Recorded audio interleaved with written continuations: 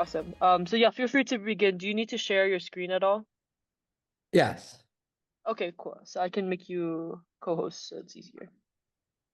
Okay. I will start. Thank you for hosting me. Uh, Feel free to just interrupt me anytime and ask any question. It's okay. So my presentation today would be about the hottest, let's say, issue on the agenda, which is um, the destiny or the future of the West Bank. Um, and the Israeli government has been lately working to impose sovereignty and annex the West Bank, which is considered an occupied territories, which means outside the borders of the state of Israel, as the UN has recognized these borders in 1948. So, okay.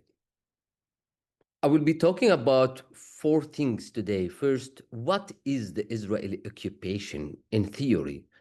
Then I will move what is the actual system in play since 1967 with a focus about after October 7 to 2023. Then I will be talking about the Palestinian economy as a model that illustrates the collective punishment of Palestinians in the West Bank after October 7.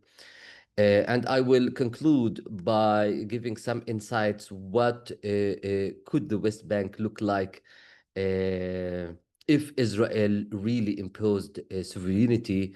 And what would happen with 3 million Palestinians residing currently in the West Bank? So I will start like this. Occupation.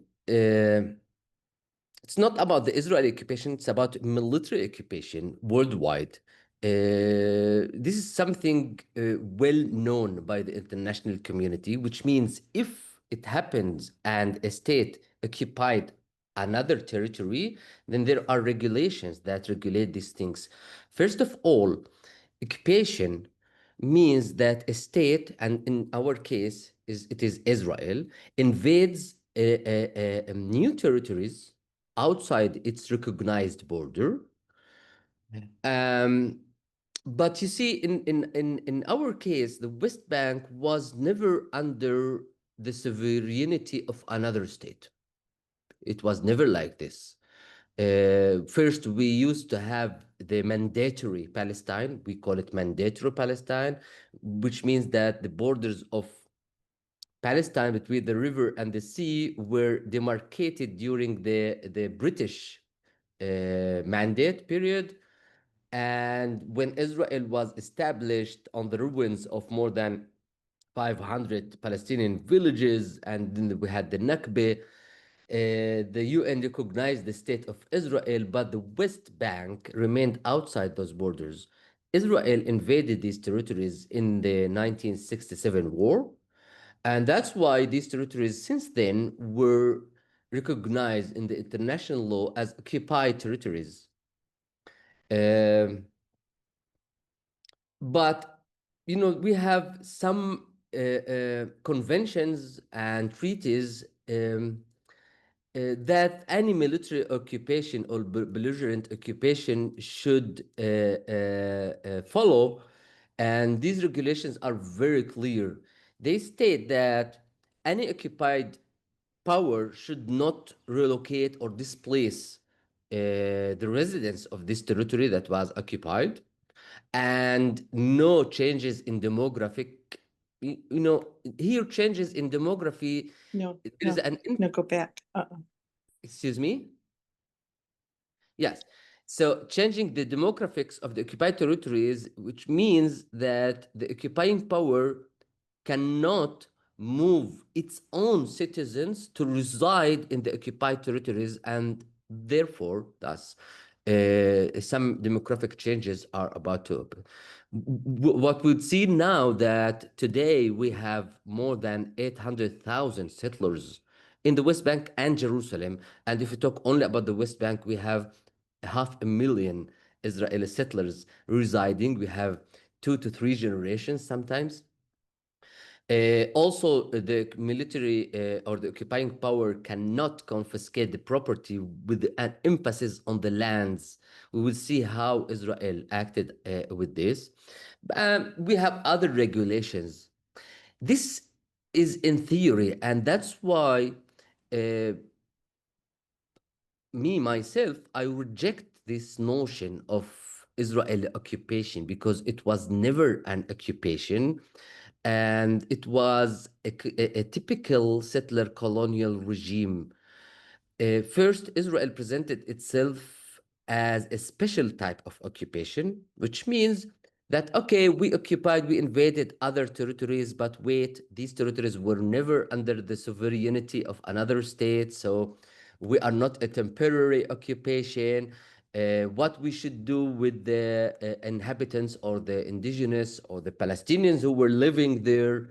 Um, of course, Israel will not impose its citizenship on the Palestinians. This, of course, is a demographic threat to the Jewish state. And Israel also will not permit the Palestinians to make a self, let's say, determination, or to inaugurate their own state, or to have their national identity. And therefore, the Palestinians were treated as a surplus population under a very sophisticated mechanisms which we can call population management. Okay. Um, Israel also used its Supreme Court because the Israeli Supreme Court is known worldwide as um, a good example of a democratic state. A lot of politicians worldwide cited the Supreme Court and its role, and therefore, when the Israeli occupying military or army is about to confiscate a land or impose new regulations, it envelops this by going to the Supreme Court and permitting the Palestinians um, to also go to the court and object this, or etc., etc. However, what we witnessed since 1967 is that Israel imposed two different legal systems. One for the Israeli settlers who started to come to the West Bank and establish the colonies or the settlements, and another legal system for the Palestinians. That's why, and this is the situation until today. If we go to how much liters of water Palestinians or Jewish settlers consume, we can see this apartheid. If we go to the right or freedom of mobility, the freedom of planning, etc., etc., we can see that these are two different legal systems here. Therefore, this was not an Israeli occupation. In fact, there was a typical rule of difference, or this is what is colonialism. It's a rule of difference in a way or another. I would also like to emphasize that since the 90s, Israel established also one of the most complex systems of spatial control in the West Bank. There is a permit regime. Each Palestinian should issue a permit from the Israeli authorities in order to move from one place to another, in order to build a building, in order to open a factory, etc., etc. This is very aggressive anti-Palestinian permit regime, we call it. And also, it inaugurated or established a border-like system in which it divided the territory of the West Bank into different enclaves and gave each one a different administrative or legal status, etc. So the West Bank is not one unit today. It is divided into multiple, multifaceted administrative enclaves that overlap sometimes, etc. There's a big difference how the settlements and the settler roads are planned, and how the Palestinian roads and the Palestinian communities are planned, etc. This is situation until today. Of course, maybe everyone know that there is a missing episode here when there was Oslo Accords, in which Palestinians were given an autonomous authority to govern the Palestinians in the West Bank, but this authority was also subordinated to the Israeli military forces, and its responsibilities and its jurisdictions comes only from the colonial bureau which governs the West Bank. This is the situation in the West Bank. It was like this before October 7, and it continues like this until today. But since October 7, and we have a very far-right Israeli government that wants to accelerate the settlement expansions in the West Bank. Today, we can talk about these numbers. First, we have about more than 500,000 of settlers in the West Bank only. These are uh, these settlers live in more than 350 settlements. So we can categorize these settlements as planned settlements, caravan settlements, farms, etc.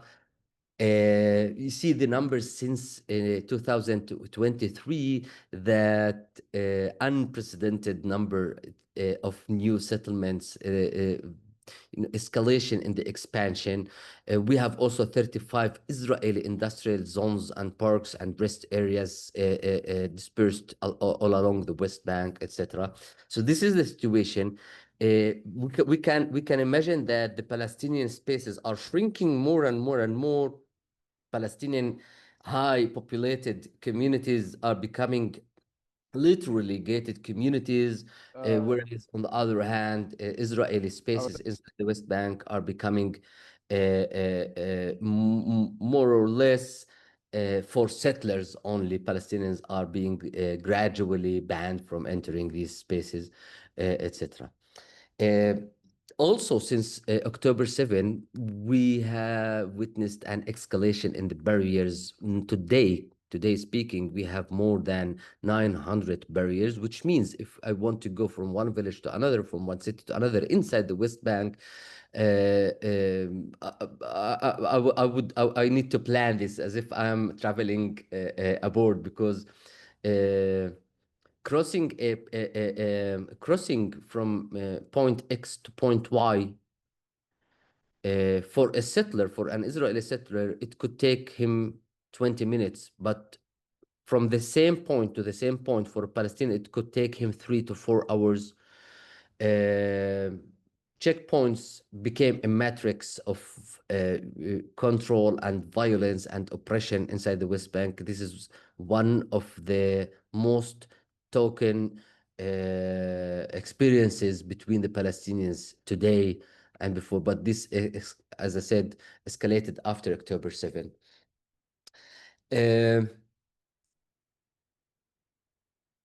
Okay, so I would like to say few words about this Israeli government. The government was started its cadency in the last days of 2022.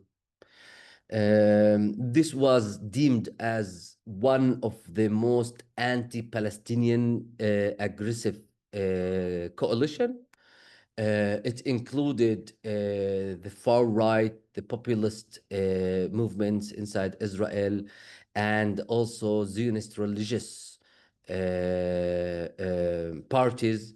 And one of the important and radical changes that were brought after the inauguration of this coalition was in February 2023, about 9 months or 8 months before the eruption of the war. And in February, um, as I told you, the occupation should be under military power, which means the Israeli army. That's what a military occupation is defined in the international law. What happened in February 23 is that Smotrich, who is the Minister of Treasury and also the Minister of Defense inside Israel. We have two Minister of Defense inside Israel, Smotrich and another one. Smotrich is not responsible for the army. He is a minister in the Ministry of Defense because he is responsible for what happens in the occupied territories, because it should be under military rule. So in February, all the responsibilities about the occupation, the colonial bureaucratic apparatus, the civil administration, etc., were moved from the military to Smotrich himself, which means that the settlers who reside inside the West Bank became the sovereign who governs the West Bank, including the territory and the Palestinians also. Um, if we move to the economy, we can see how this policy was translated. Before October 7, we used to have more than 150,000 Palestinians migrating daily to workplaces inside Israel. After October 7, we can talk about only 8,000 Palestinians. Since the beginning of the occupation, Israeli governments started to allow Palestinians to work inside Israel as a type of pacifying, let's say, the occupied population. Allowing them to work would make an invisible occupation in which Palestinians can earn money and can forget about the political grievances or demands, etc. Today, there's a paradigm shift under Smotrich and Netanyahu's coalition government. They want to stifle as much as possible the Palestinian economy in order to create what I would call an deporting atmosphere. Okay, so if you don't have money, if you can't work, if there are high rates of unemployment, if there are hundreds of checkpoints and hurdles, if you have intensive attacks by settlers on Palestinian villages, etc., and there is no political horizon, etc., etc., etc., then Palestinians would think to start thinking about leaving the West Bank, and which Israel calls um, a self-transfer, which is, of course, something illusionary. But this is the paradigm shift that moves from population management to what we called coming to a decisive conclusion of the coup by expelling the Palestinians outside the West Bank. Um, so today, or 1 week ago, the Knesset of Israel voted. It was like a declaration statement that the Parliament of the Jewish state views the West Bank as part and parcel of the state of Israel. It is not the West Bank; it is Judea and Samaria. Um, this land was promised by God to the people of Israel, and therefore there is a will in the Knesset of Israel to annex as soon as possible these territories. So annexation means that the colonial administration would move entirely from the army to the state of Israel, to the government. There is no horizons for a two-state solution or for any type of Palestinian entity inside the West Bank. And this leaves an open question of what is the destiny of Palestinians. If the Palestinians are not allowed to make their own state, there's no economy, there's no money, there is a routinization of violence by settlers and by the army itself, the Israeli army. So this leaves a big question: what is the destiny of the Palestinians? And this is what we call that the collective punishment against the West Bank because of what happened in Gaza, or what came from Gaza, leaves us with a typical situation how is the colonial aggressive policies towards more than 3 million Palestinians in the West Bank raises hard questions. Unfortunately, um the international community, including also the main and pivotal institutions like the UN or the whatever, they keep on monitoring what happens in the West Bank, neglecting the fact that fundamental changes are occurring on land. Most of them are irreversible, and the question of what would happen with 3 million Palestinians is becoming more and more critical and imminent. And, there is no one force, whether it was a legal force or a military force, that can put an end to this, appetite of the expanding settler colonial project inside the West Bank. So I will leave you here. I hope I gave you like a good snapshot of what is happening in the West Bank from the legal or international law perspective, but also what's happening on the land. And I would be happy to share more information during the Q&A. I will stop my screen here.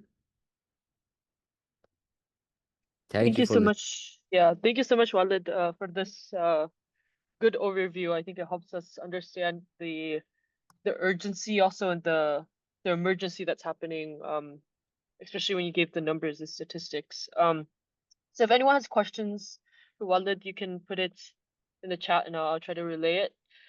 In the meantime, I think it would be nice for you to talk about also the organization MADAR and kind of the work you do as well, kind of on a broader scheme.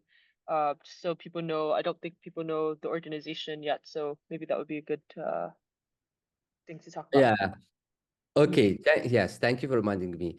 Um, Madar is a kind of a think tank and a research center, research institutions that started its work in 2000. Uh, 90% or more than that, 90% of our publications are in Arabic, because this is the goal and the vision of Madar is to present a critical and objective knowledge about Israel, the occupation, Judaism, the Zionist history, and we tackle all the aspects of the Israeli society, starting from the economy to the politics to the government, to the social changes inside Israel. We have lots of publications. We have news, weekly newsletter, and we have an academic journal. We have a podcast. We have a strategic report, which comes to light once every year. We have position papers. We also translate and write books, etc. We are one of the biggest research centers about Israel, not only in Palestine, but also in the Arab world. As I told you, unfortunately, we target the Arab audiences, and that's why no wonder some of you have never heard about Madar. Um, yes. The main purpose of Madar was also to present an يعني, applicable knowledge for policymakers, whether we talk about the UN institutions or ambassadors, Arabic ambassadors, or even the Palestinian Authority. Uh, we have a lot of publications and knowledge about Israel, but we don't know if the policymakers need this knowledge or they have their own knowledge. I'm not sure about it. Yeah, thank you, Walid, for explaining your work, and it's very important. So we appreciate you coming today. I see some questions here, so we can maybe ask. So one person has a question about, the current displacement that's happening in the West Bank, especially northern West Bank, and what the aftermath is. I know you explained earlier how permanent a lot of these changes are, and a lot of Palestinian families have been kicked off of their lands, especially in Jenin, Takaram, and other places. So, yeah, I wonder if you know kind of what happens to these families, after these displacements. Yes. Yes. Listen, displacement is something that is ongoing since 1948, but if we talk about the West Bank, it is still going since 1967. In this war in 1967, about 100,000 Palestinians fled afraid.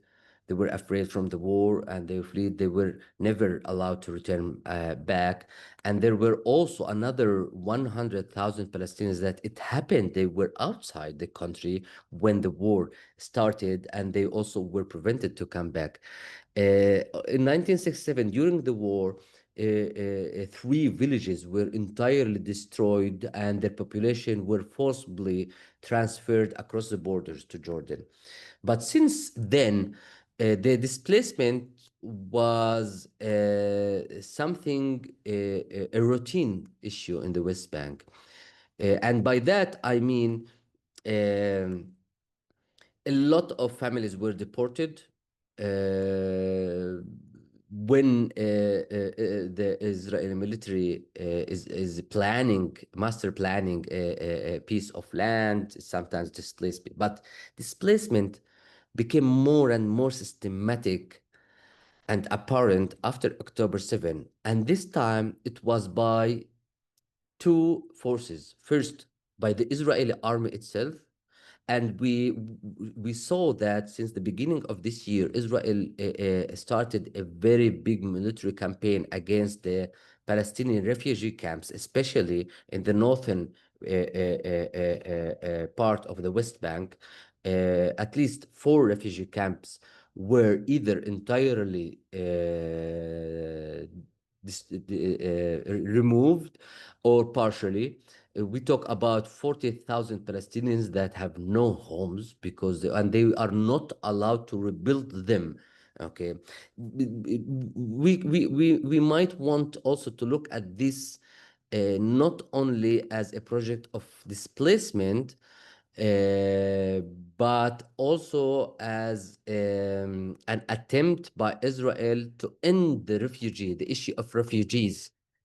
Um, Israel asks itself why there are still refugee camps in the West Bank and why Palestinians still live in refugee camps, why there is still the UNRWA, which is the UN sub-organizations that take control only of the Palestinian refugees. And because of these things, Palestinians keep reminding that we have the right to return. We have the right to return to our the refugees who live in the refugee camps originates from the villages that were destroyed when Israel was, as a state, was established in 1948, which is the Nakba. During which about 750,000 Palestinians were forcibly displaced and threw outside the borders of this new baby state, Israel. So this displacement should be viewed from this lens. as combating the very idea of refugees and the right of return, and the tool is to destroy the refugee camps. The other type of displacement is happening by the settlers themselves. The settlers are armed also, and any settler can just group himself with like three or four and go to. We have a lot of places like desert in the Jordan Valley. They can displace any Bedouin family from there. The documented number until now, since October 7 until now, we talk about approximately between 4 to 5,000 individuals that were forcibly displaced from their places where they live.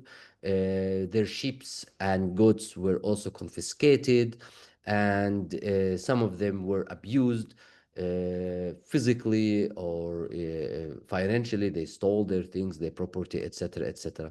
So we have to talk about these two types. Okay, but if Israel, as I told you 1 week ago, the Knesset declared that there is an intention to, as soon as possible, impose sovereignty on the West Bank, Israel sovereignty. If at least part of the West Bank was annexed, there's no doubt that the displacement of Palestinians would become, a massive scale displacement. We might see like tens or hundreds of thousands of Palestinians displaced because they would become inside the state of Israel. The new territory would become part of state Israel. So they would be thrown outside the state of Israel to other places in the West Bank. Thank you so much for your answer. I see another question here, and there's two questions related to international law, so I'll just combine it in terms of your opinion on international law and the UN, and especially their silence. And we see kind of a crisis right now of international law, or at least the hypocrisy of international law has been revealed since October 7th, of their inability to enforce anything. So I just am curious, or people are curious about what your opinion of this is. How do we move forward from here? Yes, actually, to just be fair, I can't say that the UN is silent. The UN is vocal. However, uh, it doesn't have any tools to impose the justice, okay, in Israel. And in this way, I won't blame anyone who would like to see that the UN is also complicit with what is happening, because in other cases away from Palestine and Israel, we have witnessed that the UN was able to impose or to enforce or etc. But at the end, what is the United Nations? It is the group of the nations, and and the nations are not equal. The powerful nations who has always the upper hand, okay, can say the word. Just one example, the United States uh, uh, employed, I'm not sure how much, but many, many times imposed a veto on the different decisions, and that's how it ended.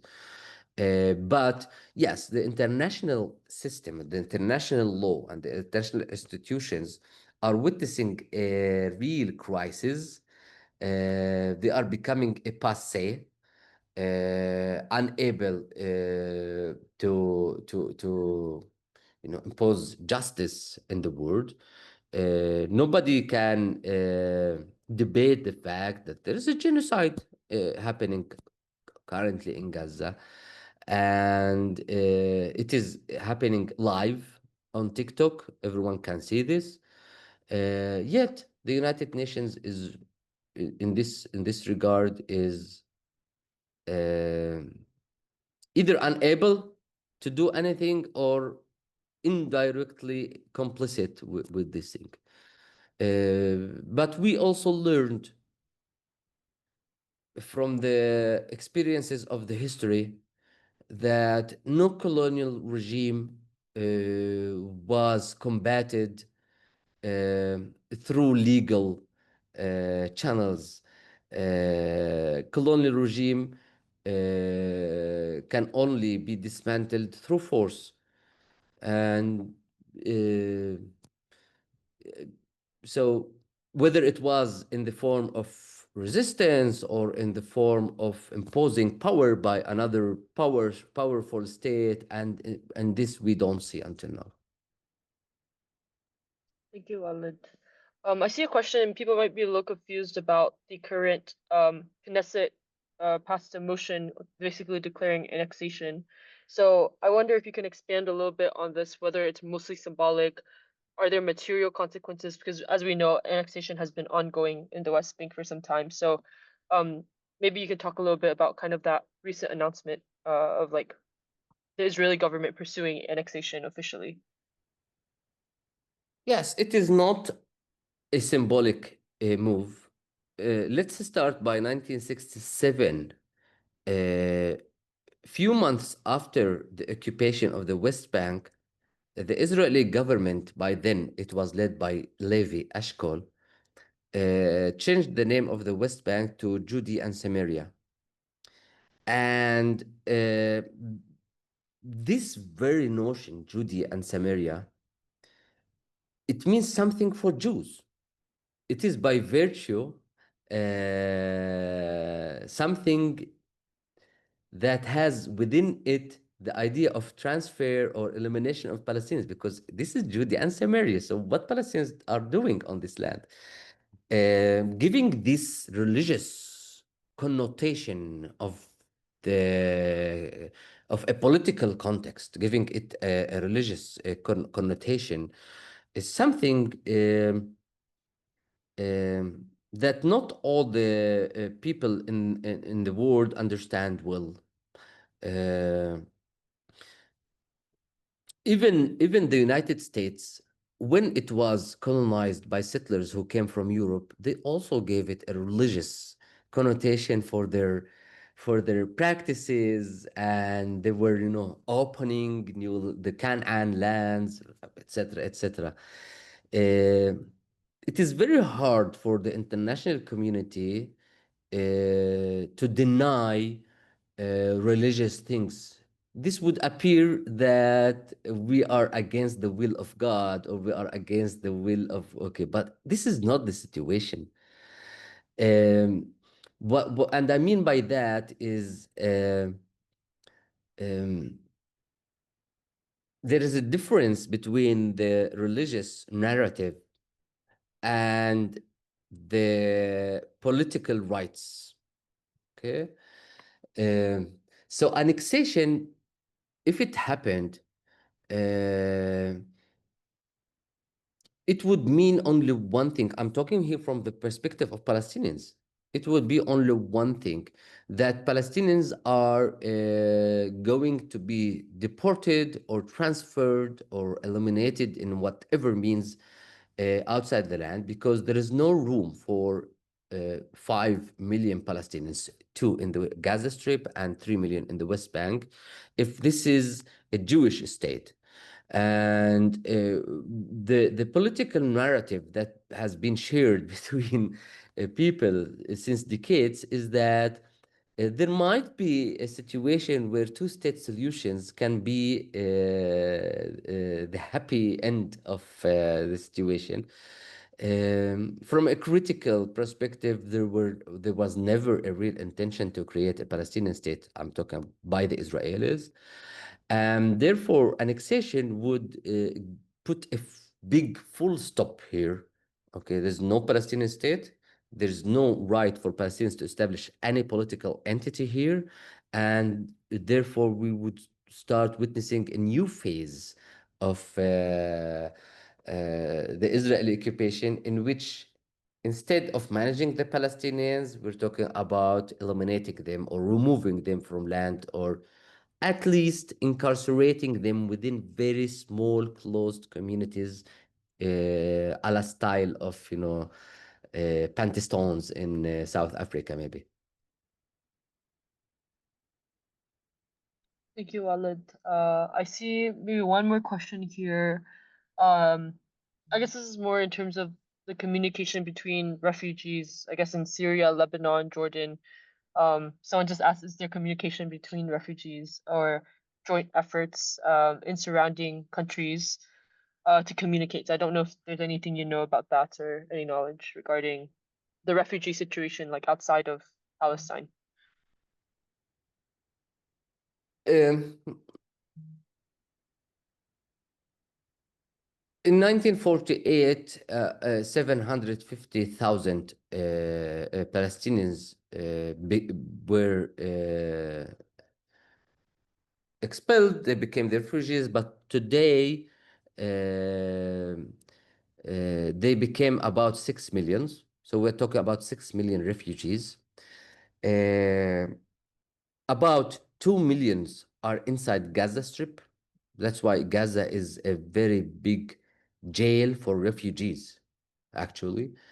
Uh, then we have Jordan. Inside Jordan, we have also about 1 million, or maybe, don't catch me about numbers because I'm not an expert in numbers. And then we have in Syria and Lebanon. Of course, we have in other countries, but the main refugees are in Jordan, Syria, and Lebanon. In each country, they have different social, political, and economic conditions.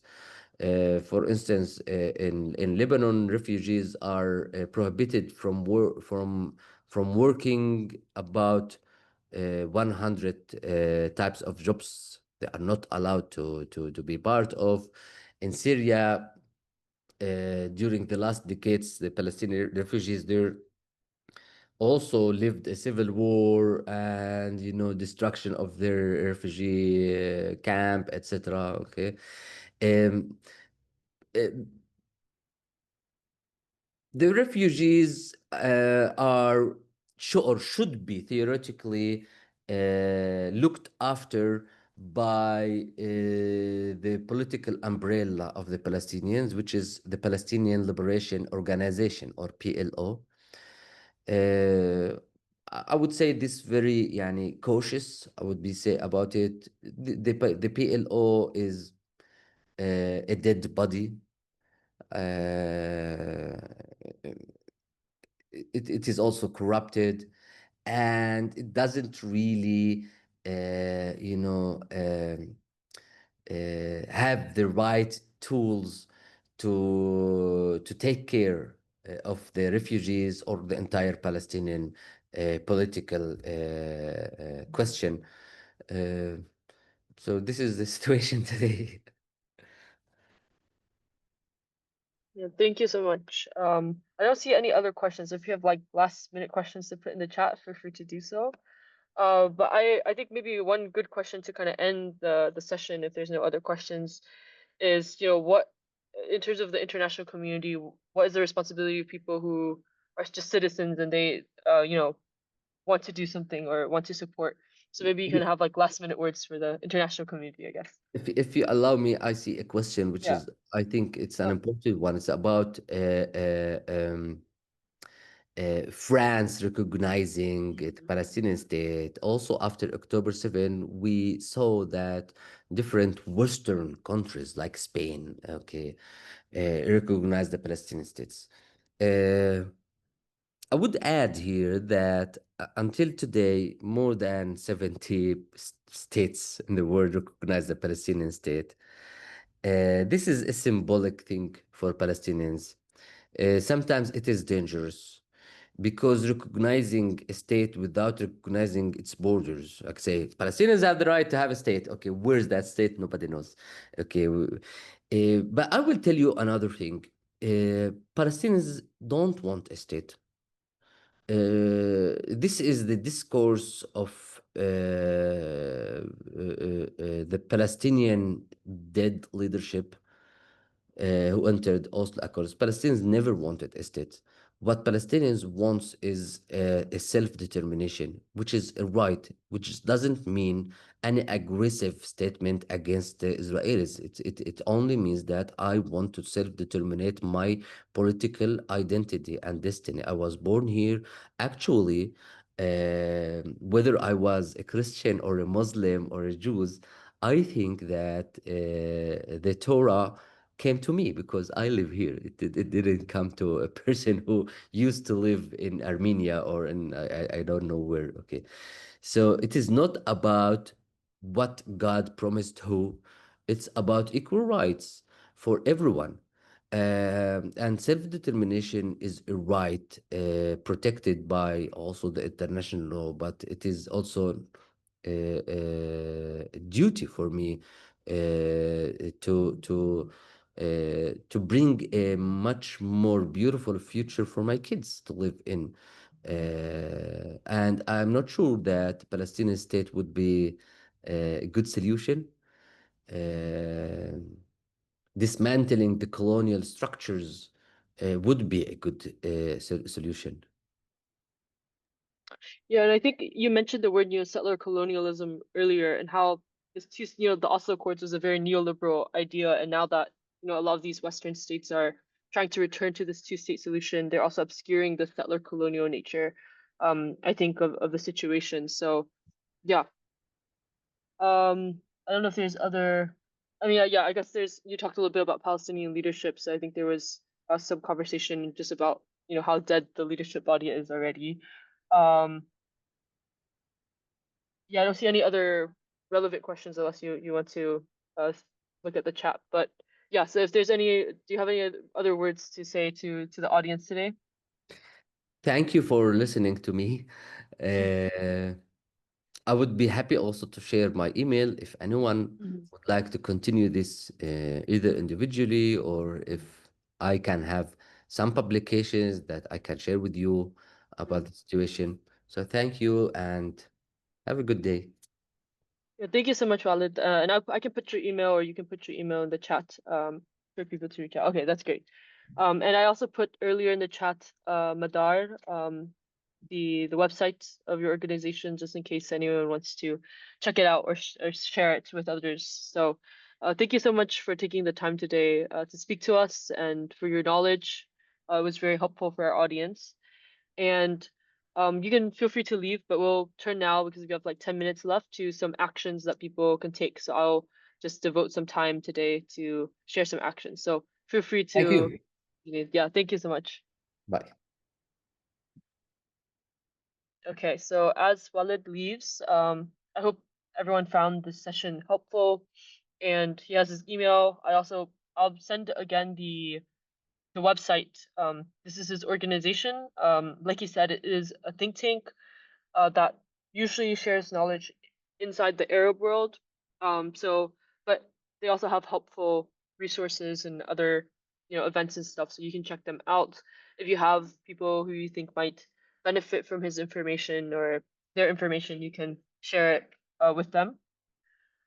So that's for in terms of Wallet's presentation. We'll turn now to some actions. So I just wanted to maybe share my screen just so we can go through some of the actions together. Give me a second. Okay, so I hope everyone can see this. So there's some updated actions, also actions from last week. So I just want to share it again in case you have a chance to look at it. There's this Doctors Against Genocide petition, which you can take a look here, just calling for the dismantling of the Gaza Humanitarian uh, Foundation, which is a U.S. Israeli controlled organization, and they have been. I think there's been over 1,000 Palestinians who have been killed at their aid sites. So it's important for people to kind of just bring awareness to that and sign that. Now, I also put some campaigns last week. I talked about it, but it would be important if you have a chance to donate. Donate monthly. These are 6 important or 5 important campaigns that are um, grassroots organizations. So you don't have to rely. A lot of these international organizations, like the UN, um, different international organizations, they're not able to get into Gaza, and so it's really important to continue to support the grassroots campaigns that are able to be there, because they're part of the communities and they know how to deliver aid and other supplies. So it's really important for us to just support them during this time. Of course, while we support grassroots campaigns, it's important also to engage in action and engage in protests if you can. So I put a link here. you can take a look of protesters here. And there's each day they kind of will give you different locations and different times where people are meeting. So you can just take a look. So Tuesday today has several locations. There's also other actions here for different events this week. There's been like some global call to actions for tomorrow, so you can take a look also if you can attend something. There's also, let me just go back here. The UK also has actions. So if you're based in the UK, you can take a look at this website. And then if you're unable to attend a protest, there's this really good virtual action that's taking place that I think is a really great idea for if you guys have some time. It's Writers Against the War in Gaza. They have this action called Flood the Newsroom. So there's contacts for every single major news outlet, and you can essentially go in and message or email every single one of these editors, as you can see. And I think they have a template, so you can just use this template right here. And then that's a letter. So you can just copy and paste right here, and then just send it to all these publications and flood their newsrooms essentially, and make sure that they're covering what's happening. So that's one action. It's going to be here. As you guys know, the Handala, I think a number of them have been able to return. There might be a few more who are still detained. So they have this action. You can visit their website, and it will have just, each participant, their videos, and then there's also contact information for embassies and different countries. So you can use this if you are from, the UK, US, France, wherever, and you can use that to just contact embassies to demand their release. So those are like the new actions so far. We have like some ones that are a little old, but they're still relevant. Of course, there's some petitions, virtual actions for ending forced famine. Dr. Hussam Abu Safia is still detained. It's been many months already, and there's been reports that he's been tortured. And so it's important to continue to just bring awareness to this. And yeah, and then also just accounts on the ground. I know there was a mention earlier of an activist that was killed in the West Bank, and um, Andrei X. He's a Russian Jewish activist. He lives in the West Bank and documents human rights violations. So you can follow him on some of these social medias to kind of get more details and more updates on Mesaferyata and other locations in the West Bank. So I would recommend just following some of these accounts. So yeah, I think those are all the actions that are here. If you have recommendations, if you have actions that you want to share, feel free to put it in the chat. And maybe for the next while, as we finish the session, you can engage in some of these actions by visiting this website and let me know if you finish them or you're completing one. It would be good for us to kind of know which things people are doing. So just put it in the chat once you finish an action or two.